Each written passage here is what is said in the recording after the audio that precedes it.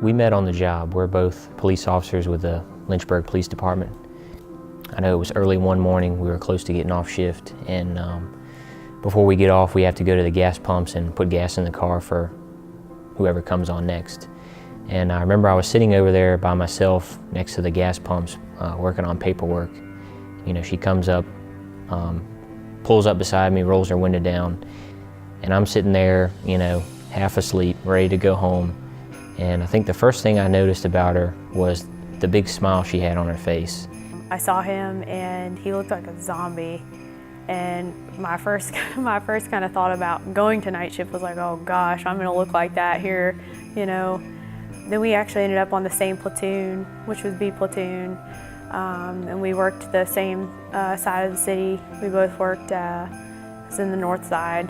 I told her one of the things that I was into was playing poker. A few of the guys that I work with, we play poker every now and then. So I invited her to a poker game at one of our friends' house.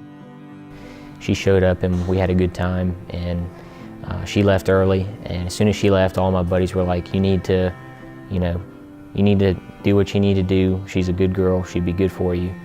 He just kind of like looked at me like he looked at me differently, like for the first time. It was the first time he saw me out of uniform. And I think ever since then, like things just kind of changed. Like I just remember thinking, oh man, I'm in trouble. And but I guess he did ask me, to go play poker, so I guess he did make first move. Our first kiss is kind of a funny story behind it.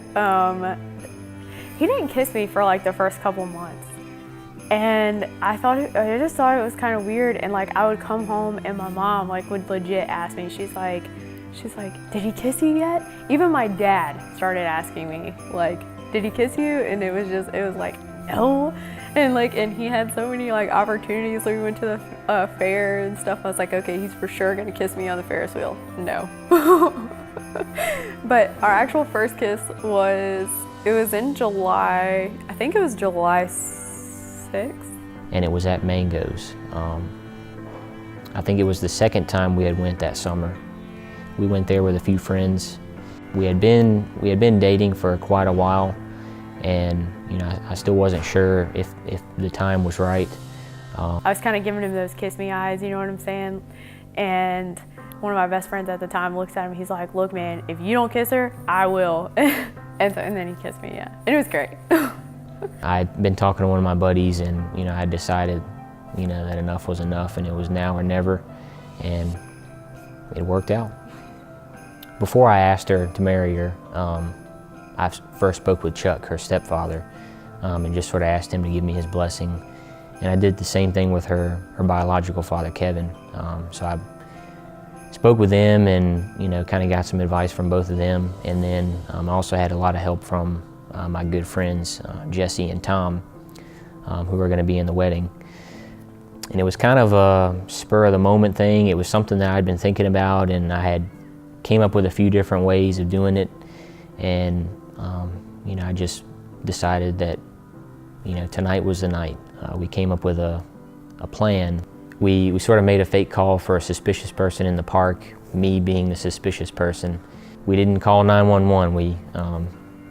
You know, so it wasn't criminal. I got dispatched to a suspicious activity in the park. It was supposed to be a suspicious male walking around in dark clothing in the garden area. Then my friend Tom Sawyer, he was like, come on sis, like let's go get something to eat. And I was like, nah man, I gotta work on this paperwork. He's like, just come on, let's just go. And then when I got dispatched to that call, I was like, well, this is weird. I was like, I'm out on paperwork. He's like, well, let's just go and take care of it, and then you can mark out again or something. I was like, all right, whatever. So we're like walking, you know, we're starting to walk around in there, and then all of a sudden I see all these like lights, like these little lights. I went to the trail, Blackwater Creek Trail, the Langhorne Road entrance to the little garden area, and set up a few candles. I had our dispatcher send her to respond, and then she showed up, saw me there, saw the candles, and then I just asked her, and she said yes, thankfully. I almost kind of felt like I was like on The Bachelor or something, because it was kind of like this like long walk to all these, like, he was standing in the middle of the garden area and had all these little tea light candles and like music playing. And then he proposed to me there while we were both in uniform. It was pretty great. He's so genuine. There's always been a real like genuineness about him, and like he's such an actual gentleman. I've never been with somebody that treats me like the way he does. And that's kind of what made him stand out to me. He always opens the door for me.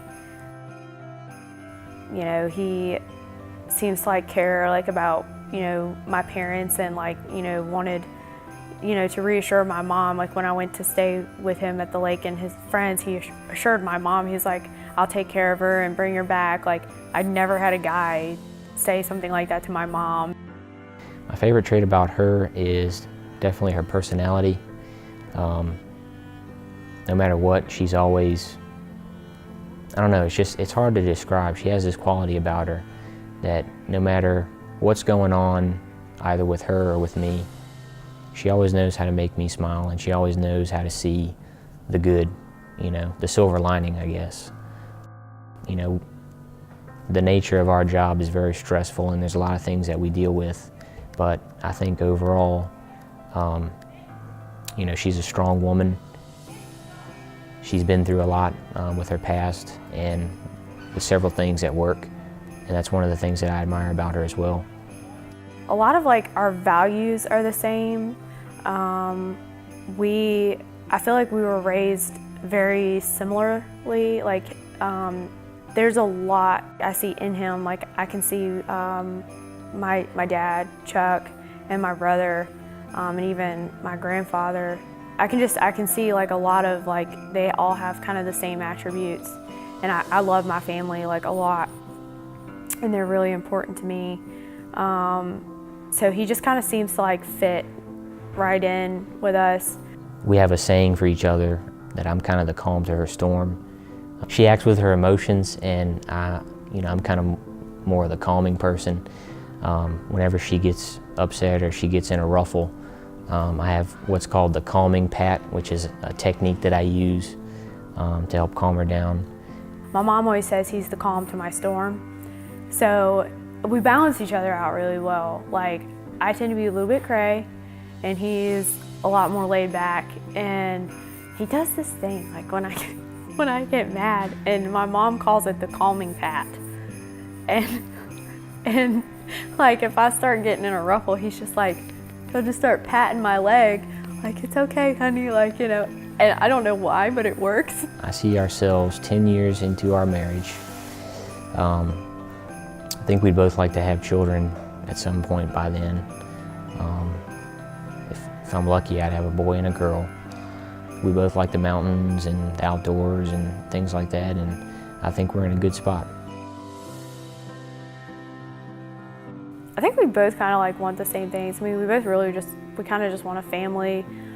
We don't want anything like super extravagant. Like, you know, we just like want a little house out in the country and raise a little family. So that's just kind of our goal. What do I look forward to most on our wedding day? I think seeing her in her dress, and then saying I do, and then giving her that kiss. I just look forward to just getting to marry him. Like, he's my best friend. You know, I mean, I'm excited like for the whole day, and, you know, getting all pretty and everything. I'm just excited to marry him.